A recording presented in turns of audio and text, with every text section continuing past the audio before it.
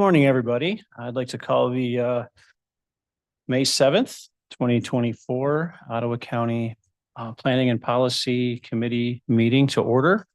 Our first item on our agenda is public comment. If anybody would like to approach the podium and make public comment, we're given 3 minutes for each person.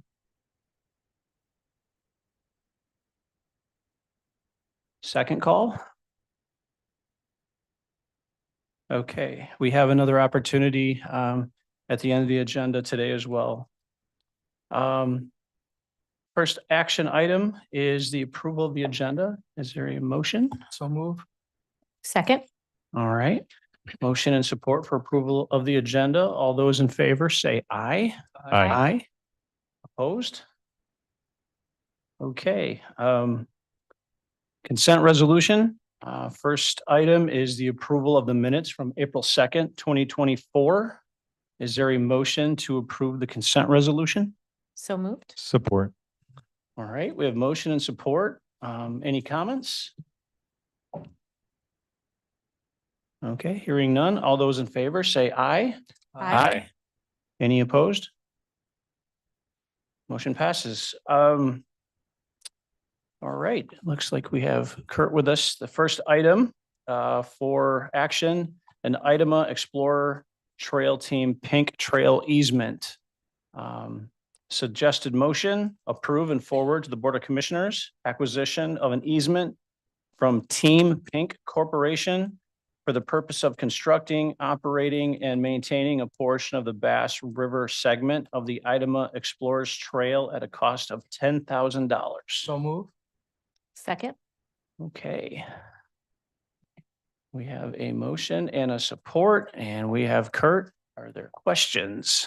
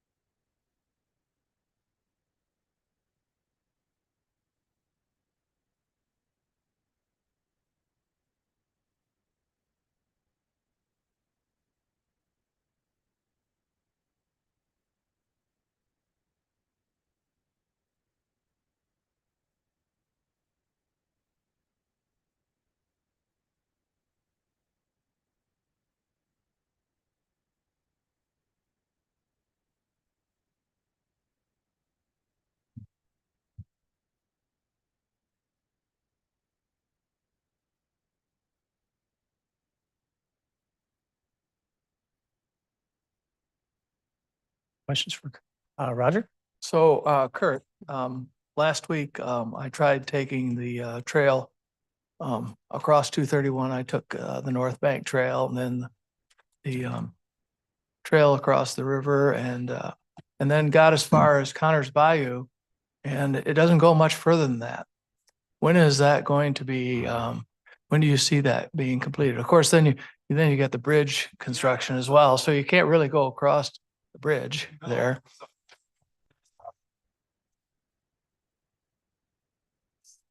So yeah, that project has started. They've run into some issues with facilities where they weren't expecting them, so that's slowed us down, but the intent is to be done.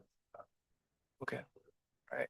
So I remember it doesn't seem like that long ago that we voted on that piece that goes across by the wetlands there, that goes on around that bend there, correct? Yeah. Yeah, yeah, yeah. So it's ongoing. Okay. Yeah. Yeah.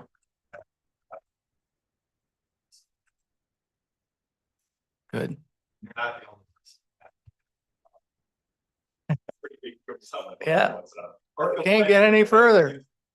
Yeah. Any other questions for Kurt? I just had one, with the campground, did they have any requests for any sort of, I don't know, barrier to kind of delineate, like, you know, because once you're on the trail and then you approach the campground, you know, are you kind of expressly desired to stay on the trail?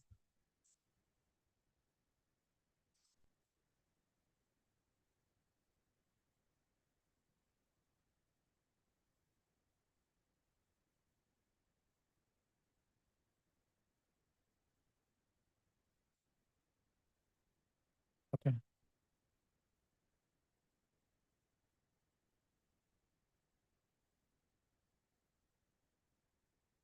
Great.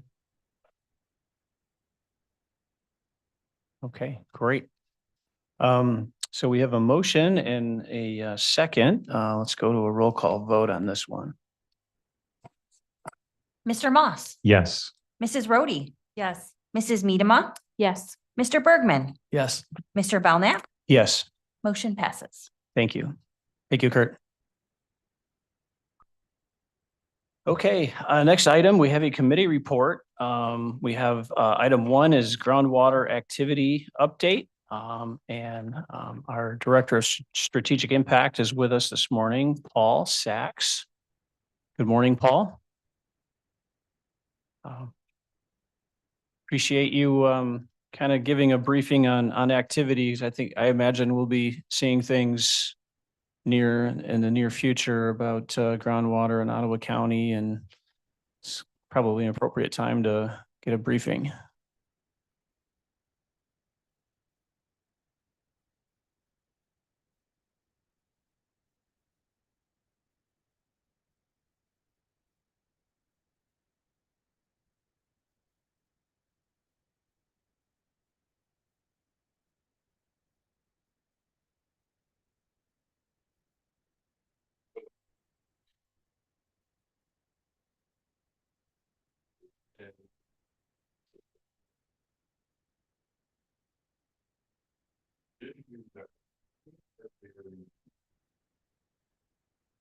Through the work of this, the technical aspects of what we are out was gaining real-time understanding of the water level in the a variety of strategies for coordinating various entities as we think about supporting the agricultural industry, about the best way to coordinate, you know, housing is a challenge. Where do we put that towards more infrastructure? We start to balance these things, and then how we think about water in a new way. And there's two ways, or there's a few ways we could handle what we're doing. As a county, we could continue to do the technical work that we know needs to be done to really better understand and refine our understanding and come up with strong mitigation strategies to move forward. And not share any information with the public and help educate them as to why we are doing what we're doing. The other opportunity we have is to continue to do the technical work, understanding our geological conditions. It's our very working with partners to help mitigate the issues, leading by example in terms of what the county is doing with its native landscaping project. How we need to think about water use in a different way and conservation. Yeah, the challenges are real. But we all talk to them. And simultaneously, all those things, we can also continue to educate the public and share with them what we know now and what we're working towards, and to continue to elevate this information, because as we talk about groundwater in this county with many people, it's surprising the the lack of comprehension, if you will, to recognize, wow, Ottawa County is a groundwater problem. So we need to educate and create awareness, and this is a county-wide challenge. And there, even those residents that are on municipal water systems. Holland Beach, for example, there are constantly encouraging water conservation. Even on those that use municipal water, they want native landscaping design. Those individuals on wells, the same information applies to really think about our water availability. Ooh, just elevated the acoustics, the atmosphere. Did it turn on now? So what we did is we worked with the groundwater board and our technical partners and other agencies to advance our strategies, understanding conditions. We pursued an educational endeavor and utilizing state grant dollars that we received for an appropriation a couple of years ago for doing the core sampling and modeling with. We also took a portion of those grant dollars and created some educational videos. There is one that is queued up that Jordan has here. It's a longer video to help more easily digestible pieces for people to understand groundwater hydraulics what we're dealing with. We're also in the process of revamping our groundwater web page, more user friendly to the public, add more information. We're also creating a shorter video series that basically helps to answer frequently asked questions that we receive. So we're hoping that the video component to this work starts to engage a broader cross section of the public and get the word out even more. So we have a campaign that we have partnered with through Guerrilla Media. So Guerrilla helped produce the videos for us in media. Through contacts with the groundwater board and board of commissioners are helping with a rollout into the community and create awareness on our groundwater issues, direct people to videos and the website to gather more information so that there's a robust understanding of what it is we're dealing with and what this county is proactively working on to help mitigate the challenges we have moving forward. Unless there are no questions right now, Gordon played the video, which turned out fairly well. Over the past several decades, Ottawa County's population has been consistently growing, and it's easy to see why. Set apart by an abundance of lakes, streams, and coastlines, this beautiful region is a wonderful place to work, play, and live. But the byproduct of this migration has been the rapid development of rural areas, with new homes and businesses dependent on water drawn from wells. Yet despite a perceived abundance, residents face a counterintuitive problem. Ottawa County is running out of water. But how is this possible?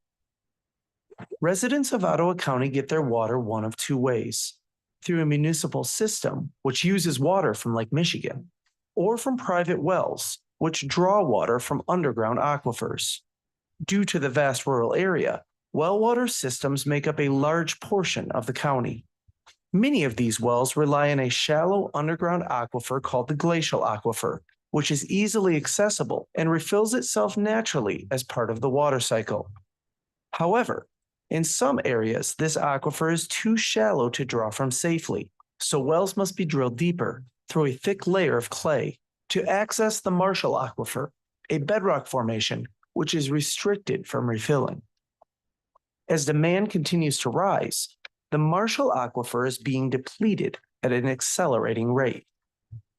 A primary contributor to this problem is the replacement of farmland with tightly packed housing developments. These homes use much more water per acre than the fields they've replaced, promoting non-essential water usage, which accelerates the issue. Under the surface, the Marshall Aquifer is a limited supply, cut off from Lake Michigan and other freshwater resources.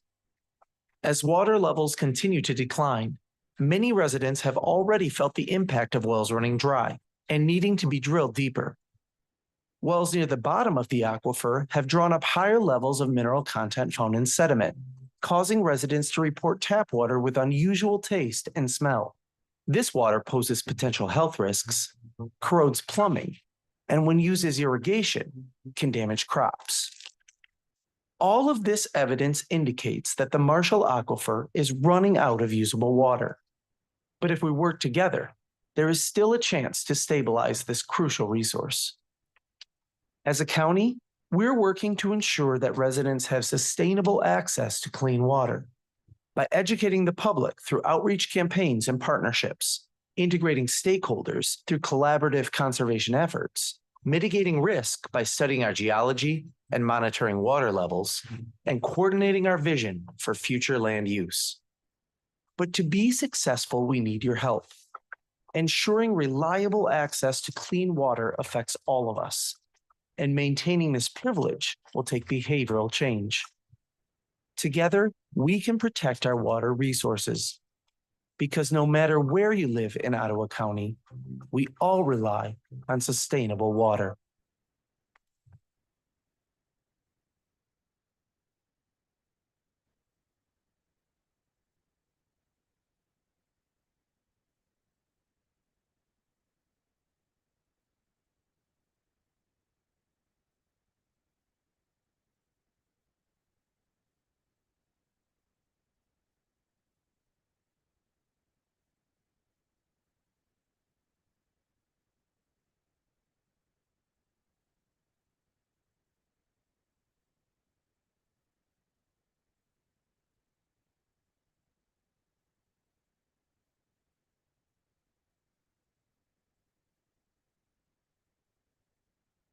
So, That's so right. Paul, do you have that available to download?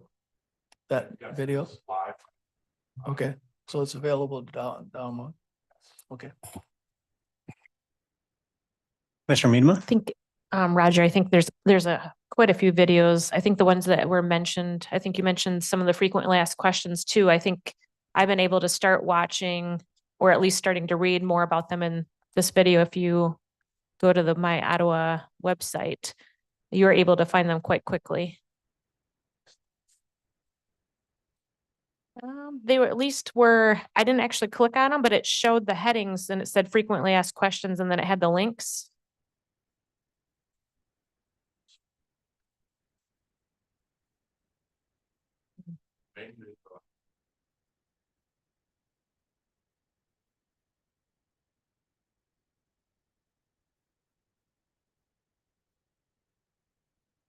Commissioner Moss? Morning, Paul.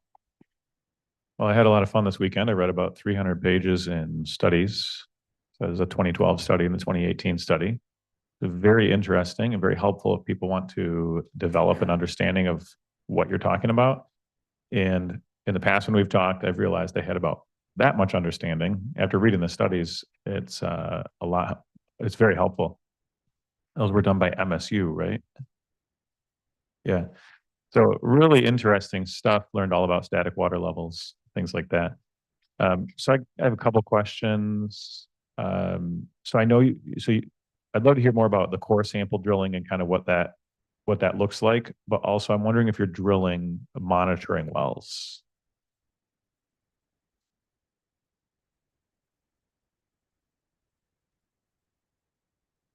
Okay.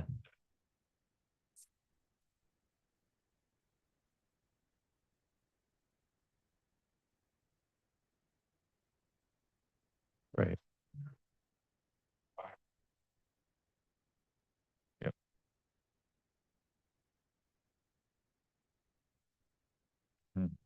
I hate to interrupt you, Paul. Apparently the microphone you're using at the podium is not going through the system. Would you be able to come up and use maybe one of the microphones so that folks online can hear?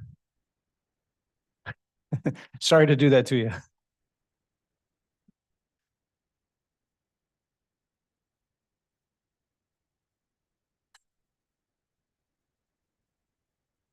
Sorry about the pause. Is that better? Should be. Okay, good. With core sampling and creating more monitoring wells, we're active in that space right now in collaboration with the Michigan Geologic Survey. And referencing back to the MSU study, that used existing data that was available at the state level. It was the best available at the time. That study helped to assure us and give us the information to say we do have a challenge with water availability in that Marshall system. As we move forward to really implement and develop mitigation strategies that are effective, pragmatic, and will have the greatest amount of positive impact, we knew we needed to continue to refine that more course level data from MSU to gather better localized data. And as a county, my expectation is through the state grant funding and state appropriation that we received, we will have some of the best understanding of our geologic conditions countywide anywhere else in the state. We have, I think, for up to 10 wells have been drilled now. There's 3 that staff are actively pursuing, a couple in Allendale and one, I believe, in Polkton. The ultimate goal is upwards of 50 plus new wells to refine our understanding of geology. And then as we convert those core, those drilled wells into monitoring wells, there's various equipment going in there to check static water levels. And with that information that we're collecting in real time, we'll ultimately take that data and build it into an integrated hydrodynamic geologic model. That will allow us to have a much better understanding of what's for scenario planning, if you will. What happens if things happen in these locations of the county? It helps us to make better decisions, and without the right data, we won't be able to do that. And that's why, even though there was a 300-page MSU study, I wasn't personally going to use that to make decisions with. Right. Right. That became very clear as I was reading the study. It's very helpful to kind of build understanding around what's going on. But it seems like one of the priorities is actually then finding resources and setting priorities to do real actual monitoring. Like Yes. check those levels and then monitor them over time. And in one of the studies, it was trying to do some projections, which I'm assuming might be, I mean, I don't know where they're at, but I would love to know where they're at. I'd love to know if in 2017, the static water level in, Southwest Allendale was 172 and now is it 171.5? Yep. Did it go to 172.5? That kind of thing. It'd be much better for decision making than to know concrete in these areas, these 50 or 100 wells across the county. What is the actual data saying? I think that'd be very helpful. Absolutely agreed. And that is where we need to get to. We have to inform our decisions, and we won't be able to do that effectively unless we have the right data. And it was recognized by our legislature that this was so important for us to move forward. We know the issues are real. We have, unfortunately, awful geology. How do we continue to be a thriving county into the future and meet everyone's needs with water availability? We're at the front end of this, which is why we're being proactive and really addressing the issues moving forward. So we're grateful that the legislature understood what we needed to do with real data and gave us that appropriation a couple of years ago so we can do the work that's needed. I had a couple other thoughts if I could. Okay. I had a question. And then one other thing I think was really helpful in going through all the information was a better understanding of why long-term this is something to look at, why this is an issue. Because even though we don't know right this second, and it doesn't look like there's any crisis or anything like that, but that long-term in Ottawa County, if there's continued development, housing development in the center or in the rural areas, like there's just not water infrastructure there. And so those homes are all going to be on wells. So they will continue to use the water. And unless we build infrastructure into some of those areas, there is no other option. So long-term, if we added another 30,000 homes, 10,000, 20,000, 30,000 homes, those are all tapping the aquifers, right? So is that kind of a summary of long-term why you're looking into this? Yes, absolutely. As we continue to develop our landscape under the status quo scenario without taking into consideration what we know now about our geologic conditions, it will continue to get worse. And this is a very real issue right now for residents.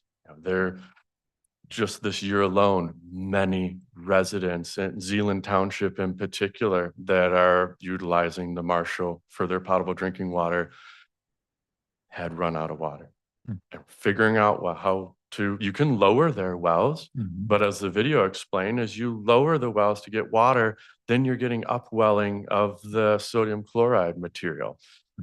So it goes back to using data, make smart decisions as we think about growth and protect ag land. As residential development, we know on a per acre basis uses more groundwater than any other industry. We have to support the ag industry. We need to support housing, as I alluded to earlier. How do we move and think about the right place to allow growth to happen for the long-term future and be close to infrastructure? Some people have said before, well, for those residents, just have subdivisions continue to be built and well dependent and bring them infrastructure when they need it. Well, that's a very hard thing to deal with economically, for one. Secondly, that changes our entire character of our county. Because as you build infrastructure into our rural areas where our local officials in our townships, they're looking to protect their character, their ag culture and community and industry. Soon as you put municipal infrastructure in there, you are going to develop. Yes, that allows everyone to have potable water supply. But we've got to balance what we want for our future, and that planning has to start now. Yeah, it's a very interesting balance because one of the solutions is infrastructure, but like you're saying, the more infrastructure you build, the more development you get. So it's not just a simple add infrastructure, but the planning is important. Yes, coordinated planning. And the other factor that sometimes, and Paul, you alluded to that, is the cost, the economical cost of putting in for infrastructure. When you putting in water, for instance, and you only have one user per mile, all of a sudden it skyrockets. As versus to have 10 people using the water per mile or 50 people using the water per mile. That's a big difference in cost per person. And how do you sustain that? That's long term. Not to mention just the cost of the infrastructure is millions and millions. Right. Yeah. Yes. And as you add more extensions, so we have 3 mains in the county, right? Wyoming and Holland, Grand Rapids, and we have extensions off of those that we utilize.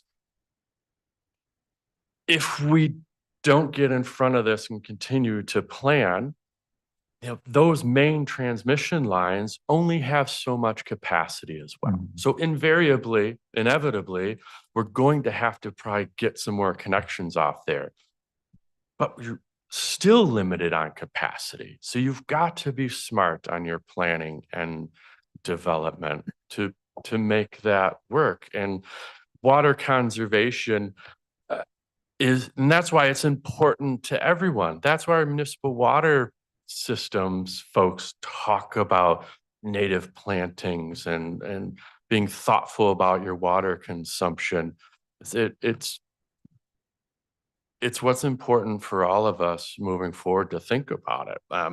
We've reached that point we never would have thought of here in Ottawa County along the shoreline of Lake Michigan to think about water conservation. And it gets dismissed. Some people, they like, what are you talking about? So I value having conversations like this because we do need to talk about it. It's real. And how do we work together to be smart about our future, to thrive?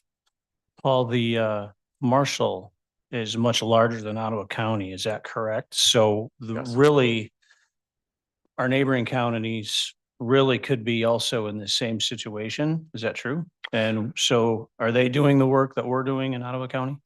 That's a very good question, and that adds to an answer would be as complex as geologic time on that one.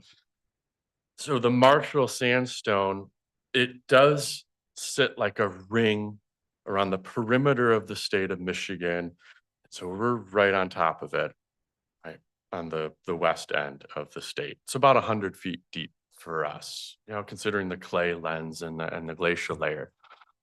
Go down to Allegan County. Yeah, there's the Marshall there, but they're not impacted by water quality or quantity issues because they have so much more glacier material. There's a lot of it. So they recharge. They got some more challenges just dealing with fluctuation of water permeating into the ground and usage and then drainage and where that goes. Our neighbors to the north, similarly, they have different geologic material under their feet, more glacier material that they're not utilizing the Marshall as much. And one other anecdotal here too, oftentimes people say, well, it's Nestle that is pumping the water, for Ice Mountain from the Marshall, and that's where your water is going. No, where Nestle, it's a whole different issue where they're pumping from. They only have a 35, 40-foot deep well. They're in the glacier material because up in that county, their glacier material is 700 feet thick. Hmm. In Ottawa County, we just unfortunately have bad geology, where in some areas we only have 25, 30 feet of glacier material. That is not enough to provide a clean, potable water supply for residential development. It can be used for agriculture. It's great, right? Because that recharges so well. That works very nicely, but not for domestic use. And that's where our uniqueness comes into play here on our geology. Commissioner Moss? Are we tracking or working with local units to track when residents need to drill wells deeper, that kind of thing? It is more informal at this point, conversations with well drillers, environmental health, some homeowners as well. We have been discussing in between everything else on kind of formalizing a protocol, if you will, on when we get reports like that. There is a site on the webpage, I believe it's on the new one as well, where people can report an issue. So we can start to spatially map that and have conversations to talk with them. But that, again, we need to advocate and advance those types of conversations more. Yeah, that's one thing I'm very interested in. If we had some more data on either wells that had to be drilled deeper or had issues, or once some more of these core samples monitoring wells are in place, we'll be able to report over the next few years real numbers to people. And that way, when they see a video or they start hearing about this, it'll help them assess, was this 7 different locations where there were issues, or was it 70 locations? Was it 700 locations? Right now, I think some people might watch the video and say, oh, all right, well, I guess we'll see what happens. Others might say, oh my word, we're running out of water, right? They might freak out. But I don't want people to freak out. I think a priority on the data will be very helpful moving forward, and finding ways to drill those core samples and add, resources needed with a strategy behind it, I think is a good ongoing conversation. My last comment would be to kind of reflect a little bit of what you said, but to just highlight the critical importance of working with local units on this, because that's where many of the decisions must be made, but that's also where the decisions should be made at the local level closest to the people that it's affecting. So I think that as a principle is one of the main principles we have to keep in mind is as the county has a concern and wants to monitor this and bring resources as necessary, the townships are not going to take a county-wide approach, and townships and cities don't have the same resources. That we continue to strengthen those partnerships and have a strategic plan that they can then build into. Well said. I fully agree with you. And this is in a situation that we're doing with like groundwater. What an ideal role for the county to be in to help support and serve and provide that data to our local officials to help them make decisions. And that's what we are working to do. Thank you. Great. Anyone else? Thank you for being here, Paul, and pass along our gratitude to Matthew and the rest of the team in the department. Thank you. Thank you for the invitation. Okay, that concludes the action items and committee reports for today's agenda. We do have another opportunity for public comment, but before we do that, are we all square on the microphone? We are good to go. Okay. It's All great right. when it's plugged in. It's great when it's plugged in. All right. Again, so this is another opportunity for public comment. If anyone would like to approach the podium and give 3 minutes of public comment. Going twice. Okay. With that, no public comment. I will call this meeting adjourned.